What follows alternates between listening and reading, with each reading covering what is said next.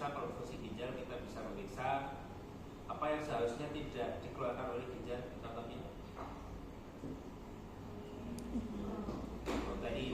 protein harusnya tidak dikeluarkan oleh ginjal. Kita bisa cek protein di dalam urin, karena itu berarti ketika ada protein di dalam urin menunjukkan filtrasinya bermasalah gitu ya. Cuma untuk yang bisa memiliki kuantifikasi dengan baik itu kita periksanya adalah zat yang diekspresikan tidak diabsorpsi, itu ureum dan kreatinin. Nah, pemeriksaan ureum kita secara prinsip itu nanti kita akan menggunakan reaksi enzimatis seperti ini. Jadi di mana urease itu akan mengkatalisis hidrolisis dari urea. Ya. Jadi urea di hidrolisis itu menjadi amonia. Nah, amonia dan juga CO2 itu yang kita deteksi itu. Ya. Apa itu urea? Urea adalah produk dari metabolisme protein, ya, seperti itu. Nah, amonia tadi kita nggak deteksi langsung. Amonia ini akan bereaksi dengan alfa beta dan NADH, ya. Jadi dia akan berubah menjadi NAD+, ya, sama glutama. Nah, yang kita deteksi apa? NAD-nya. Ini sama seperti SGOT, SGPT, ya. Jadi kita periksa ininya. Jadi dengan NADH-nya ini yang dia berubah menjadi NAD, nanti kita akan melihat penurunan absorbensinya. Maka panjang gelombangnya juga sama kayak SGOT, SGPT, yaitu 340 nanometer. Jadi sama seperti itu. Maka harusnya pembacaan absorbensinya semakin lama semakin turun. Maka ketika itu dia semakin naik, berarti ada error, ya. Jadi regen yang kita masukkan ada regen yang berisi apa? Yang berisi NADH tadi, ya.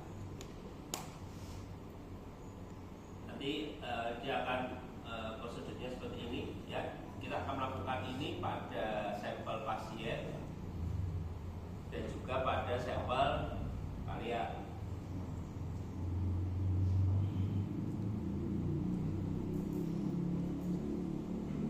Kita akan melakukan itu, ya.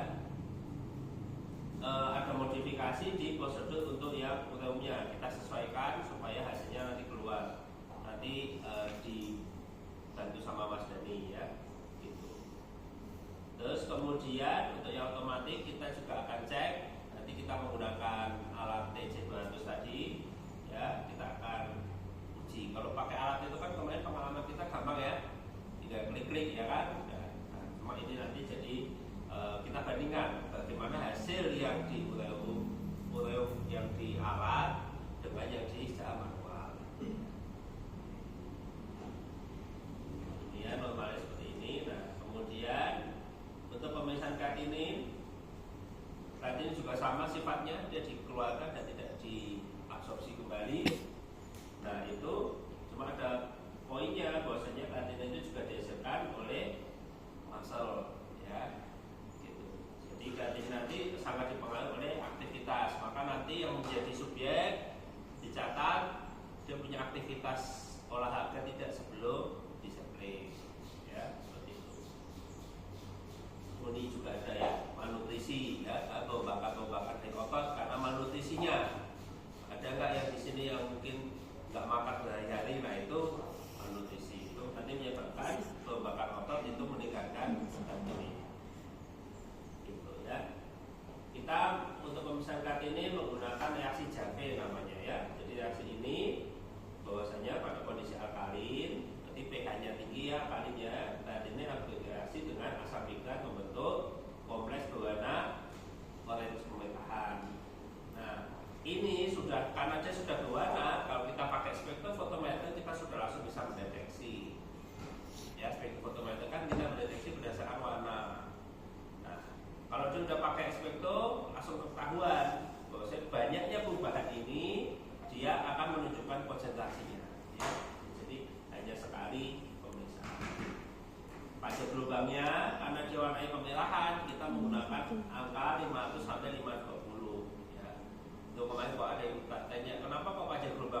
bikinnya ini. Nah, itu karena sesuai dengan warnanya yang mau kita deteksi.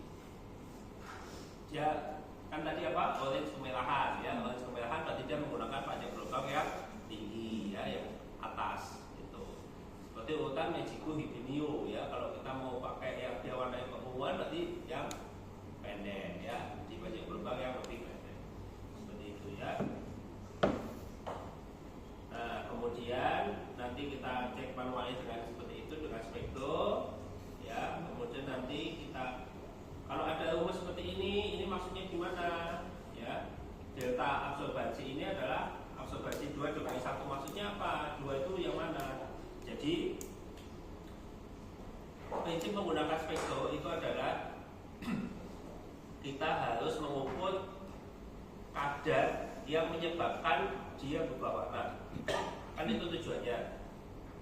Sementara regen itu sendiri mungkin berwarna, maka regen itu harus dibikin blankonya dulu. Blanko artinya dia kondisi regen itu ya tanpa ditambahkan zat sampelnya itu kan sudah berwarna. Nah, itu warnanya berapa? Itu namanya blanko. Absorbansi berapa itu namanya blanko. Nah, jadi ketika ditambah zat sampel kan dia membuatnya menjadi lebih orange gitu kan. Nah, lebihnya berapa itulah yang sebetulnya menunjukkan konsentrasi zat itu ya, maka semuanya pasti dikurangi blanko. Nah, terus bagaimana cara kita memastikan dia benar-benar nilai segitu? Nah, itu maka kadang kita lakukan standarisasi. Standarisasi itu artinya kita bikin standar dari suatu lautan yang sudah diketahui konsentrasinya ya, itu kita ukur absorbansinya. Oh, kalau konsentrasi 200 itu absorbansinya misalkan dia 0,5. Berarti kalau dia di bawah 200 konsentrasi zatnya, maka absorbansinya harus di bawah 0,5. Jadi kayak gitu. Itu standar itu sebagai patokan. Sama kayak kita mengatakan 1 meter itu segini. Ini harus ada standarnya. 1 meter itu seberapa. Jadi ketika panjangnya kurang dari segini, nah, berarti ini harusnya kurang dari 1 meter, tapi berapa? Nah, itu maka ada istilahnya standar ya. Kalau kemarin kita lihat di perhitungan ada yang dengan cara absorbansi dibagi absorbansi standar dikalikan konsentrasi standar kan. Kemarin contohnya seperti itu. Nah, itu cara kita untuk mengetahui konsentrasi zat yang terlarut yang kita ukur dengan spektrofotometer ya, seperti itu. Nah, ini delta absorbansi ini kita bagi seperti ini, kita keluarkan seperti ini sehingga absorbansi itu ada absorbansi benar, tidak tercampur dengan absorbansi yang dibagikan oleh regen. Jadi dikurangi blanko, jadi semua dikurangi blanko ya, seperti itu. Nah, jadi dibaca against regen blank itu artinya dikurangkan dengan regen. Setelah itu kita ukur ini ya kadarnya ya. Jadi tadi kan dibagi dengan absorbansi yang standar yang kita punya, konsentrasi yang diketahui dikalikan konsentrasi standar ya. Jadi gitu caranya. Itu kalau kita menggunakan manual. Kalau dengan alat sudah membuat standar. Itu kenapa setiap awal mulanya Mas Dani mesti bikin dikalibrasi dulu ya. Dikalibrasi itu artinya memastikan kurva yang ada di alat itu sesuai dengan kurva konsentrasi sesungguhnya gitu. Setiap mau ini kayak gitu ya. Kalau dengan alat kan tinggal diklik aja selesai. Oke, seperti itu. Silakan melakukan praktikum. Jadi hari ini diperiksa semuanya diukur dengan manual dan semua diukur dengan otomatis ya, baik sampel kalian sendiri maupun sampelnya pasien. Sampel pasien kita ada berapa Mas? 2 ya?